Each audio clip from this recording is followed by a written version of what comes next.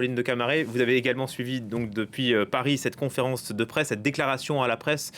Pas de grande surprise hein, en préambule. Bon, déjà, ça n'a pas été une conférence de presse. C'est-à-dire qu'ils n'ont pas pris les questions clairement, hein. Ça, c'est Viktor Orban, en l'occurrence, ne veut pas s'attarder trop avec des journalistes étrangers, hein. C'est vrai que ce sont les 2 meilleurs ennemis de la classe politique européenne et ils ont passé quelques minutes à minimiser leurs différences qui sont pourtant assez essentielles. Depuis d'ailleurs les élections de 2019, élections européennes, où ils s'étaient pris comme boucs émissaires respectifs et ils se citaient comme contre-exemple. En l'occurrence, l'atmosphère a beaucoup changé. D'abord du côté d'Emmanuel Macron, parce qu'il doit assurer au premier semestre 2022 la présidence tournante de l'Union européenne. Et en tant que tel, il était forcé d'aller rendre visite au 27e pays, Budapest, en l'occurrence la Hongrie, qui était effectivement un pays pas celui qu'il préfère et pas celui que Bruxelles préfère clairement, puisqu'ils sont en ce moment mis en cause pour la non-indépendance de la justice, la non-indépendance aussi de la presse, qui est problématique, et ils sont mis en cause pour aussi leurs lois anti-homosexuelles concernant la jeunesse.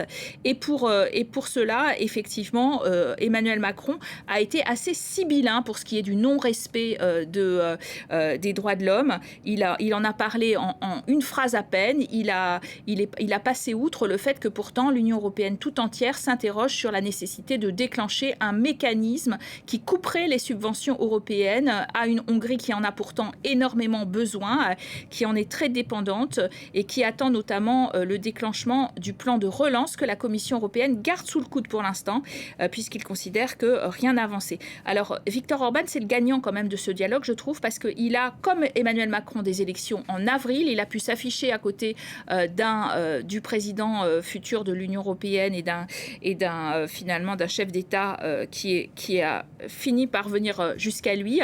Et il doit l'emporter sur un certain Marquisé, Peter Marquisé. C'est le nouveau chef de l'opposition qui a réussi à fédérer 6 partis autour de lui Qui et gagner la rencontrera primaire. Emmanuel Macron, je crois. Oui, et qui rencontrera Emmanuel Macron, qui rencontre Emmanuel Macron aujourd'hui aussi, mais qui a toutes les chances de l'emporter sur Viktor Orban. Et on comprend que Viktor Orban, il est fragilisé intérieurement et qu'il utilise aussi un peu cette rencontre à des fins personnelles pour redire que finalement, oui, il a des convergences avec la France. Alors elles sont quand même, c'est le plus petit dénominateur commun, je le disais, hein. C'est sur l'industrie de la défense, est-ce qu'on va commander des avions français? Sur le nucléaire, est-ce qu'on va commander des centrales françaises? Et sur nos besoins agricoles, est-ce que éventuellement on va pouvoir effectivement exporter en direction de la Hongrie qui utilise la diplomatie du portefeuille beaucoup avec la Chine, avec la Russie et maintenant dans ses rapports avec la France, vous l'avez compris, mais ça a ses limites. Et puis je vous le disais, les Européens sont prêts à peut-être leur couper les vivres si vraiment ils continuent sur le manque de respect de l'état de droit. Voilà, le face-à-face commence entre Orban et Macron et puis il y aura une deuxième déclaration à l'issue de cette rencontre. On vous y retrouvera. Merci beaucoup Caroline de Camaret.